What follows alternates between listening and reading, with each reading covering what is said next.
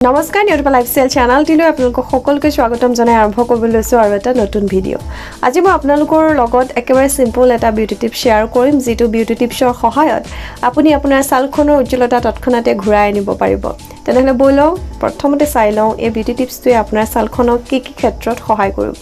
ঘৰুৱা সামগ্ৰীয়ে কিদৰে ছাল আৰু চুলিৰ যত্ন ল'ব পাৰে এনে ধৰণৰ ভিডিঅ' আপোনালোকে নিয়ৰদেপা লাইফষ্টাইল চেনেলটোত পাই থাকে আৰু ভৱিষ্যতলৈ পাই থাকিব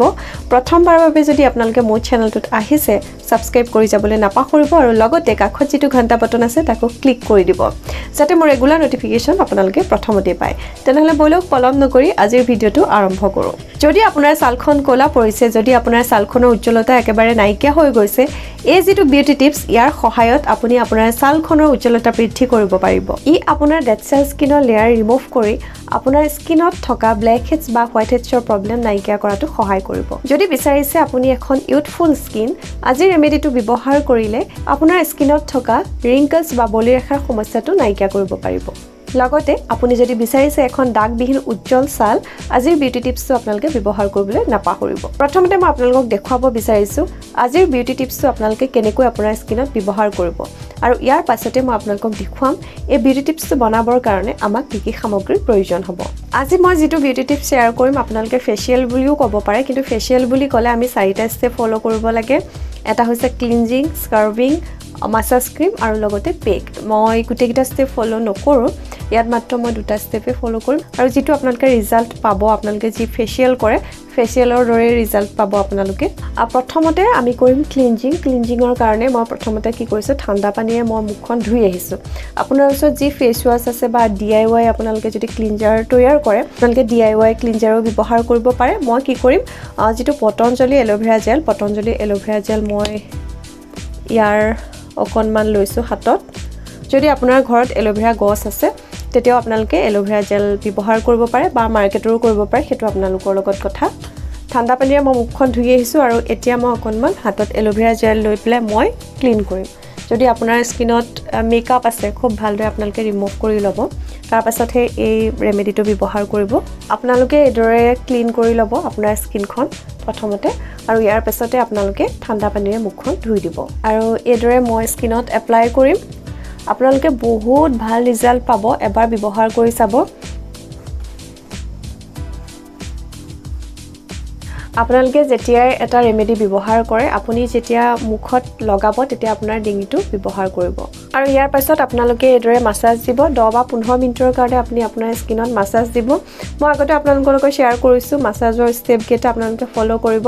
আৰু ইয়াৰ ফলত কি হ'ব আপোনাৰ স্কিনত ব্লাড সাৰ্কুলেশন বাঢ়িব আৰু আপাৰ ডাইৰেকচনত কৰিব আৰু নৰমাল আপোনালোকে এদৰে মাসাজ কৰিলেও ৰিজাল্ট পাব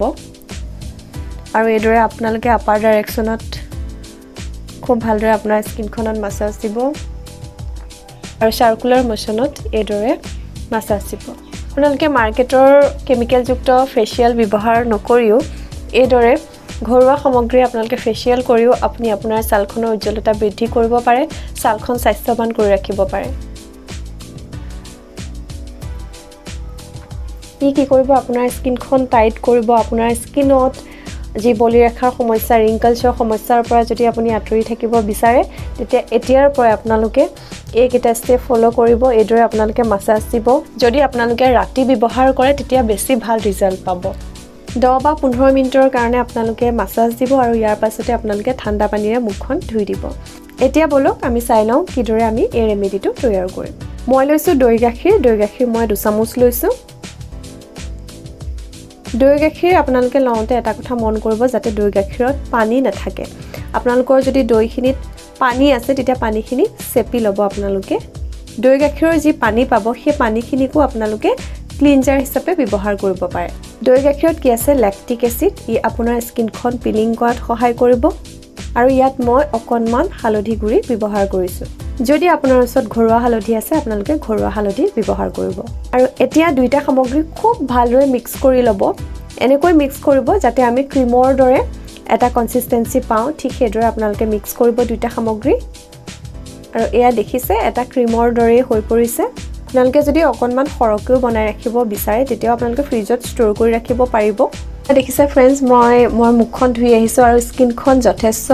মিহি আৰু কোমল লাগিছে লগতে স্কিনখনত এটা গ্লো আহিছে আপোনালোকে ব্যৱহাৰ কৰিব এই বিশেষ ৰেমেডিটো আৰু একেবাৰে সহজ উপায়েৰে আপোনালোকে এইদৰে আপোনাৰ ছালখনৰ কেয়াৰ ল'ব পাৰে ফ্ৰেণ্ডছ কেনেকুৱা লাগিলে আজিৰ ভিডিঅ'টো মোক কমেণ্ট কৰি ক'বলৈ নাপাহৰিব যদি ভাল লাগিলে ভিডিঅ'টো প্লিজ লাইক কৰিব আৰু যিমান পাৰে আপোনাৰ ফ্ৰেণ্ড সাৰ্কুলৰ মাজতো শ্বেয়াৰ কৰিব আৰু এটা নতুন ভিডিঅ' লৈ মই দীপাঞ্জলি পুনৰ আহিম আপোনালোকৰ মাজলৈ আজিৰ ভিডিঅ'টো ইমানতে শেষ কৰিছোঁ ধন্যবাদ